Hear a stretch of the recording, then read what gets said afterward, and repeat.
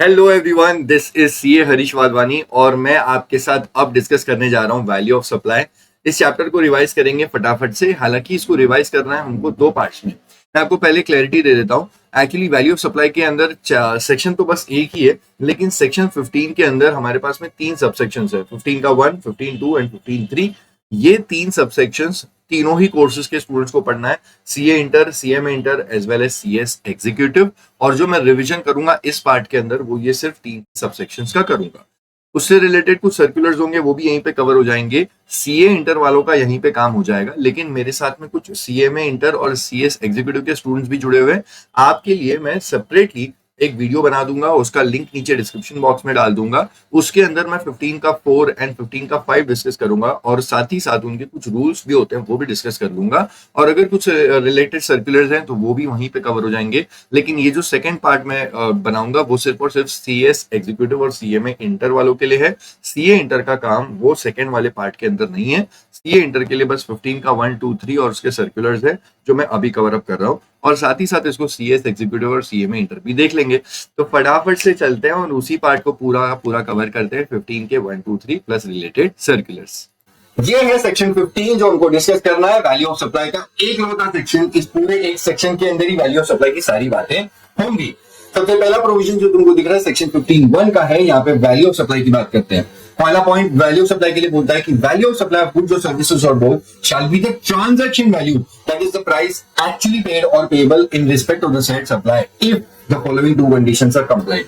नीचे दो कंडीशंस है, अगर वो दोनों कंडीशन कंप्लाई होती है तो जो भी ट्रांजैक्शन वैल्यू है उस ट्रांजैक्शन वैल्यू को ही वैल्यू ऑफ सप्लाई मान लेंगे। दोनों कंडीशंस है। पहली वाली तो ये बोलती है कि supplier and recipient are not related और दूसरा price is the sole consideration. ये दोनों कंडीशन कंप्लाई करोगे, जो भी ट्रांजैक्शन वैल्यू है उसी को वैल्यू ऑफ सप्लाई मान लेंगे। फॉर एग्जांपल मेरे पास दो मशीन है। मैंने एक मशीन बेची मिस्टर ए को 1 लाख रुपीस में और वो दूसरी वो सेम मशीन है मैंने मिस्टर बी को बेची 1,50,000 में। अब दोनों को ही मैंने अलग प्राइस चार्ज किया है। दोनों इंडिपेंडेंट केसेस में जो भी मेरा ट्रांजैक्शन वैल्यू है उसी को वैल्यू ऑफ सप्लाई मान लिया जाएगा अगर मैंने वो दोनों कंडीशन कंप्लाई की है। दोनों के केस में supplier and recipient are not related in price is the sole consideration. भले ही मैंने इसे 1 लाख रुपए चार्ज किया, वो ट्रांजैक्शन वैल्यू मेरा वैल्यू सप्लाई हो जाएगा मिस्टर ए के केस में। और मिस्टर बी के केस में भले ही मैंने इससे ज्यादा अमाउंट चार्ज किया है, 1,50,000 चार्ज किया है, फिर भी वो ट्रांजैक्शन वैल्यू ही मेरा वैल्यू सप्लाई मान लिया जाएगा। अगर मैंने वो कंडीशन कंप्लाई की है तो वो 1,50,000 ही मेरा वैल्यू सप्लाई होगा मिस्टर बी के केस में। ऐसे आपको ये दोनों कंडीशन बिल्कुल कंप्लाई करनी है तो ट्रांजैक्शन वैल्यू को वैल्यू सप्लाई ले लेंगे। दूसरी बात, रिलेटेड पर्सन कौन होता है? देखो फर्स्ट कंडीशन में बोला supplier and recipient should not be related person, लेकिन रिलेटेड पर्सन के बारे में बताया सेक्शन 15 की एक्सप्लेनेशन में। उसमें 9 कैटेगरी के लोग हैं, तो उनको स्क्रीन पे दिख रहा है। ये 9 कैटेगरी के लोग आपस में रिलेटेड पर्सन माने जाते हैं। अब एक बार के लिए पॉइंट नंबर 3 और 8 पे ध्यान दो। मैंने रेड कलर जानबूझ के मार्क किया, ये इंस्टीट्यूट के फेवरेट पॉइंट्स है। वो रिलेटेड पर्सन से अगर क्वेश्चन फ्रेम करते तो जनरली ये कभी एम्प्लॉयर एम्प्लॉय के बारे में डाल देते कुछ क्लॉज, या फिर कोई फैमिली वाला पॉइंट में डाल देते। मैं 9 के 9 पॉइंट्स हमारे साथ डिस्कस करता हूँ। पहला वाला जो कैटेगरी है वो officer and director of one another's business. मान लो कोई एक पर्सन है, दो अलग अलग कंपनीज में डायरेक्टर है, तो ऐसी दोनों कंपनीज आपस में रिलेटेड पर्सन मानी जाएंगी जहां पे वो डायरेक्टर है। दूसरी कैटेगरी लीगली रिकॉग्नाइज्ड पार्टनर्स। एक पार्टनरशिप फर्म में जितने भी पार्टनर्स होते हैं वो सारे आपस में रिलेटेड पर्सन माने जाते हैं। तीसरी कैटेगरी एम्प्लॉयर एंड एम्प्लॉय। तो जो एम्प्लॉयर एम्प्लॉय होते हैं आपस में रिलेटेड पर्सन माने जाते हैं। इससे रिलेटेड हमने कुछ प्रोविजन देखा था सप्लाई वाले चैप्टर में 7(1)(c) वाला, ठीक है। अब कंट्रोल से रिलेटेड 4 पॉइंट्स हैं। मैं एक एक करके तुमको सारे पॉइंट बता देता हूँ कि पहला पॉइंट है कंट्रोल वाला, जहां पे थर्ड पर्सन की जो एंटिटीज को कंट्रोल करता है। मान लो सी लिमिटेड ए और बी लिमिटेड दोनों को कंट्रोल करते हैं। इस सी का ए लिमिटेड के अंदर 25% और मोर का शेयर होल्डिंग या वोटिंग पावर है। एंड सिमिलरली सी का बी लिमिटेड के अंदर भी 25% और मोर का शेयर होल्डिंग या वोटिंग पावर है। ऐसे केस में ये दोनों कंट्रोल्ड एंटिटीज ए लिमिटेड और बी ये आपस में रिलेटेड पर्सन माने जाएंगे। सिमिलरली दूसरा कैटेगरी कि अगर कोई थर्ड पर्सन ए और बी दोनों को कंट्रोल करता है, इसलिए C limited A limited B limited दोनों को कंट्रोल करता है, but not by shareholding या voting power, by other means. मान लो वो उनके बोर्ड ऑफ डायरेक्टर्स को कंट्रोल करता है, दोनों के बोर्ड ऑफ डायरेक्टर्स का अपॉइंटमेंट, रीअपॉइंटमेंट, उनकी रिटायरमेंट या फिर उनकी मीटिंग्स कितने फ्रीक्वेंसी में होनी चाहिए, ये सारी चीज अगर वो कंट्रोल कर लेता है तो ऐसे केस में ए और बी दोनों कंट्रोल्ड एंटिटीज आपस में रिलेटेड पर्सन मानी जाएंगी। Third case being the reverse, जब ए और बी मिलकर के सी को कंट्रोल करते हैं तो दोनों कंट्रोलिंग एंटिटीज ए और बी आपस में रिलेटेड पर्सन माने जाते हैं। और last would be the final small वाला केस, पॉइंट नंबर 5 में देखो, 1 पर्सन कंट्रोल्स द अदर। तो अगर कोई एक पर्सन दूसरे को कंट्रोल कर रहा है तो कंट्रोलिंग एंड कंट्रोल्ड पर्सन ये आपस में रिलेटेड पर्सन माने जाते हैं। ठीक है, ये कंट्रोल वाले 4 पॉइंट से। अब आ जाता है इंस्टीट्यूट का सबसे वाला favourite point number 8, members of the same family. Members of the same family related person माने जाते हैं। मेरी फैमिली में 40 लोग हैं, मैं जॉइंट फैमिली में रहता हूं, तो क्या मेरे 40 के 40 लोग मेरे रिलेटेड पर्सन फैमिली मेंबर माने जाएंगे? देखो, जनरली आंसर इज यस, पर जीएसटी के लिए डेफिनेटली नॉट। बिकॉज जीएसटी में फैमिली की एक डेफिनेशन इन्होंने क्लियरली बता दी, और उस डेफिनेशन के अंदर जो फॉल करता है सिर्फ वो ही फैमिली मेंबर होगा, उसके अलावा कोई भी फैमिली मेंबर नहीं होगा। और अगर फैमिली मेंबर नहीं है तो रिलेटेड पर्सन नहीं होगा। फैमिली की डेफिनेशन में बोला जो भी पर्सन होगा उसके लिए उसके स्पाउस और चिल्ड्रन ये हमेशा फैमिली मेंबर ही होंगे। इसमें आपको इंडिपेंडेंट है या डिपेंडेंट है ऐसा देखने की जरूरत नहीं है। अगर स्पाउस एंड चिल्ड्रन ये इंडिपेंडेंट भी है तो भी ये फैमिली मेंबर ही माने जाते हैं। ठीक है, दूसरी category parents, grand parents, brother, sister. अब इसको ऐसे याद रखो, 4 कैटेगरी है, दो अपने से बड़े, दो अपने आजू बाजू में, parents, grand parents and brother, sister. ये 4 कैटेगरी के लोग अगर हम पे डिपेंडेंट है उस पर्सन पे डिपेंडेंट है तो वो फिर फैमिली मेंबर माने जाएंगे। अगर ये इंडिपेंडेंट है तो फैमिली मेंबर नहीं आएंगे। और इंडिविजुअली देखना, फॉर एग्जांपल सिर्फ ब्रदर है और ब्रदर जो है वो हम पे इंडिपेंडेंट है, वो उसका जॉब है, अपने बिजनेस है, बाकी हम पे डिपेंडेंट है, तो ऐसे केस में parents, grand parents and sister ये हमारे फैमिली मेंबर माने जाएंगे क्योंकि हम पे डिपेंडेंट है। ठीक है, ऐसे आपको एक एक इंडिविजुअल केस से देखना है। ब्रदर और सिस्टर हम पे डिपेंडेंट नहीं है, वो इंडिपेंडेंट है, उनको छोड़ दो।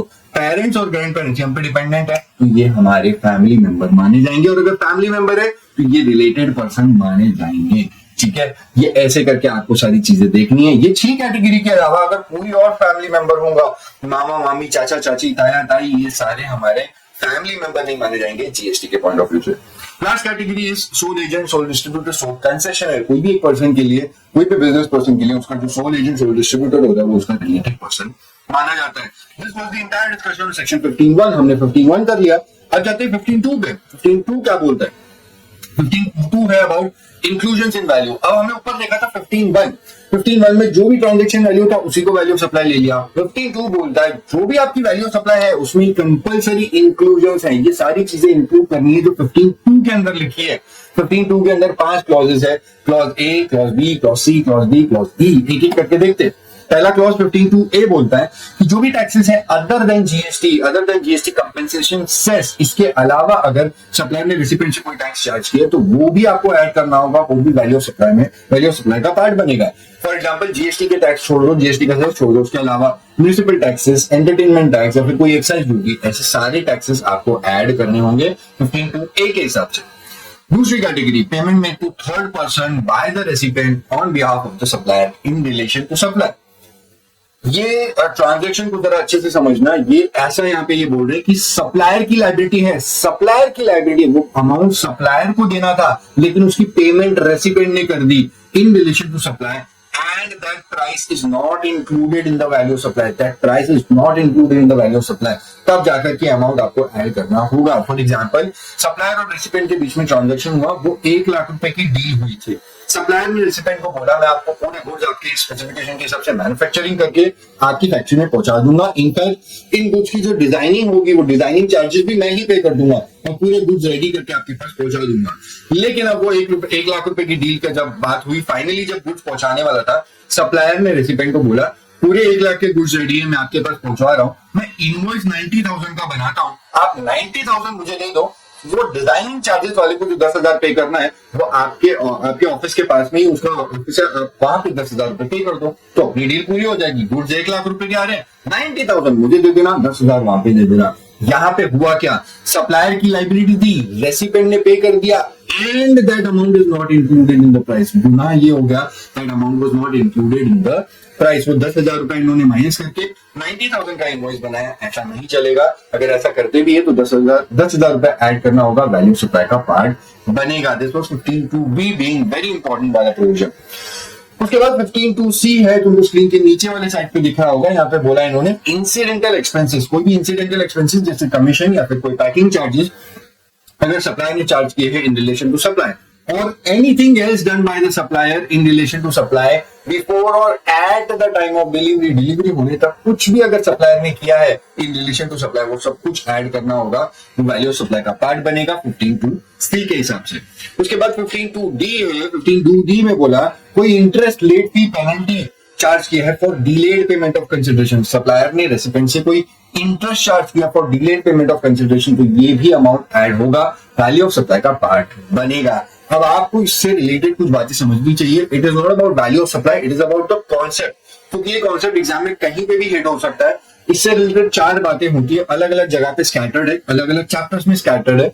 मैं सारी चीजें आपको यहाँ पे, ये ऑरेंज बॉक्स दिख रहा है, इसमें मैंने लिख के रखा हुआ है।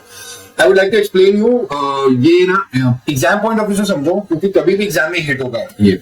मान लो कोई सप्लायर है, सप्लायर ने रेसिपेंट के साथ में ट्रांजेक्शन किया है, अप्रैल मंथ में ट्रांजैक्शन किया, इनवॉइस जो बनाया वो 1 लाख रुपीस का था, सप्लायर ने गुड्स वगैरह भी दे दिए और इनवॉइस भी दे दिया 1 लाख रुपए का। क्रेडिट पीरियड था 15 दिन का, लेकिन अब इस पर्सन ने, रेसिपेंट ने, ऐसा निकम्मा, इसने 15 दिन तो छोड़ो, इसने पेमेंट करी जुलाई में, 1, 2, 3, 4 महीने के बाद में इसने पेमेंट करी। सप्लायर ने बोला अब ये 1 लाख रुपए की कंसिडरेशन से काम नहीं बनेगा, तो 1 लाख रुपए तो मुझे देगा ही देगा, प्लस तेरे को साथ में 5,000 रुपीज का इंटरेस्ट देना होगा, लेट फी पेनल्टी जो भी बोल ले वो देना होगा for delayed payment of consideration. अगर रेसिपेंट मान भी जाता है और ये अमाउंट देता भी है, तो यहाँ पे मिसमैच हो जाएगा। जो गुड्स गए और जो इनवॉइस गया वो 1 लाख रुपए का था, लेकिन सामने से जो कंसिडरेशन आया वो 1,05,000 का था। ये मिसमैच को यहाँ पे अब मैच करना पड़ेगा। सप्लायर इसके लिए इनवॉइस तो इशू किया था 1 लाख रुपीज का, उसको भी टाइम हो गया, अब उसको एक डेबिट नोट इशू करना पड़ेगा। तो कौन सा डॉक्यूमेंट इशू करेगा? डेबिट नोट इशू करेगा फॉर ₹5,000, जो उसको एक्स्ट्रा यहाँ पे अमाउंट आया इंटरेस्ट के नाम पे।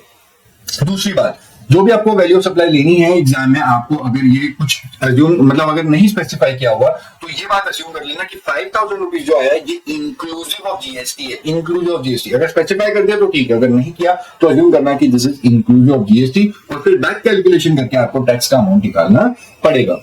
थर्ड वाला पॉइंट, क्या रेट ऑफ टैक्स लोगे आप, क्या करोगे यहाँ पे? तो इस यहाँ पे आपको क्या करना, जो भी ओरिजिनल इनवॉइस बना था, उस ओरिजिनल इनवॉइस में जो भी टैक्स रेट लगा था, वही टैक्स रेट इस डेबिट नोट वाले इसमें भी लगेगा। तो जो भी 5,000 रुपीज आया उस पे ऊपर भी यही टैक्स रेट लगेगा। आपको बैक कैलकुलेशन करके टैक्स का अमाउंट निकालना है।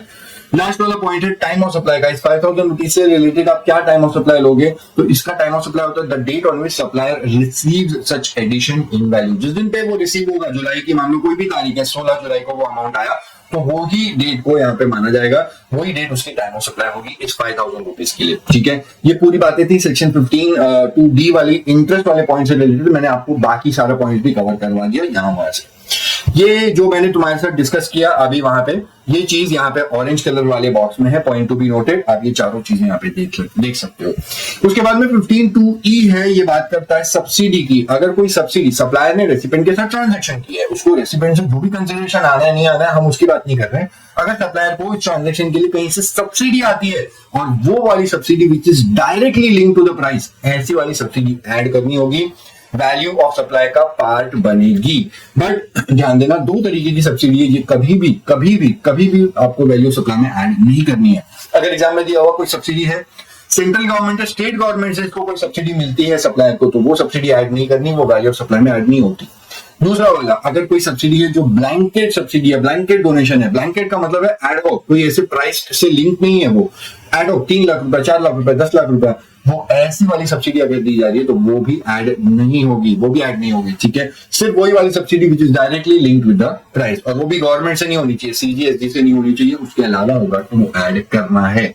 This was entire discussion with section 15(2). हमने सारी इंक्लूजन्स की बात की, 15(2)(a), B, C, D, E सारे क्लॉजेस हो गए। अब जाते हैं हम लोग 15(2)(3) पे। 15(3) है एक्सक्लूजन्स इन वैल्यू के बारे में। यहाँ पे सिर्फ 2 ही बातें इन्होंने बताई है, दोनों डिस्काउंट से रिलेटेड है।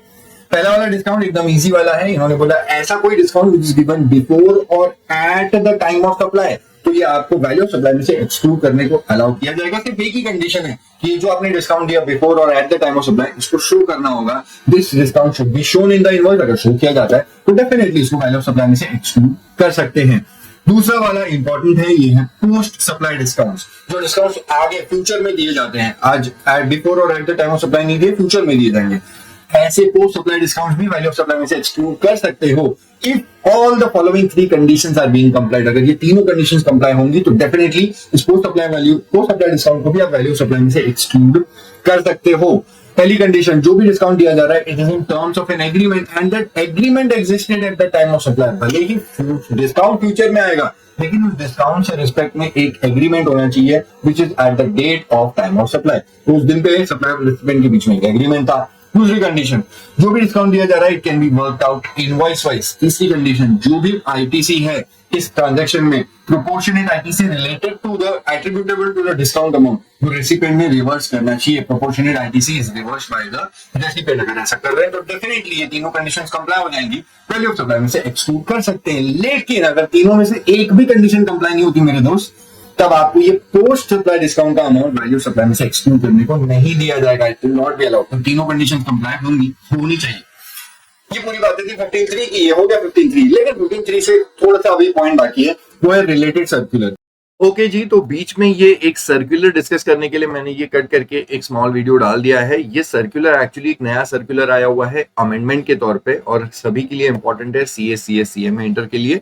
यहाँ पे एक बात समझो, सीन ऐसा है कि ये नो क्लेम बोनस एनसीबी के पॉइंट पे कुछ बात हो रही है, लेकिन इसको किस पॉइंट पे हम लोग को डिस्कस करना है वो समझ लो। ये सर्कुलर के अंदर मुद्दा जो उठेगा, जिस पॉइंट पे हम लोग को डिस्कशन करनी है, वो ये इंपॉर्टेंट कैच है, दैट इज 15 की 3 जो एक्सक्लूजन बता दिए वैल्यू ऑफ सप्लाई में से एक्सक्लूड करना। और उसमें भी सबसे पहला वाला ये डिस्काउंट, वो वाला डिस्काउंट जो कि दिया जाता है बिफोर और at the time of supply, ये डिस्काउंट हम माइनस तो कर सकते हैं, लेकिन सिर्फ इसकी एक ही कंडीशन है, it should be shown in the invoice. Invoice में अगर शो किया है तो माइनस कर सकते हैं। ये पॉइंट के ऊपर सर्कुलर में बात उठी है और एक एनसीबी नो क्लेम बोनस के रिस्पेक्ट में कुछ कॉन्टेक्स्ट में यह बात उठी है। अब एक बात समझना यहाँ पे इंश्योरेंस पॉलिसी के बारे में है। एग्जाम्पल लेते हैं आप ही का। अगर आपने कोई इंश्योरेंस पॉलिसी ली हुई है, आपके पेरेंट्स ने कुछ इंश्योरेंस पॉलिसी ली है और ये मेडिक्लेम वाला है, जो हम लोग बीमार हो जाते हैं और वो पॉइंट पे। तो कोई एक व्यक्ति है जिसने मेडिक्लेम पॉलिसी ली हुई है और वो 5 लाख का इंश्योर्ड अमाउंट है कि भाई कल को अगर बीमार हो गए, हॉस्पिटल में एडमिट हो गए, तो 5 लाख तक का जो खर्चा है वो रीइंबर्समेंट होके मिल जाएगा मेडिक्लेम कंपनी से।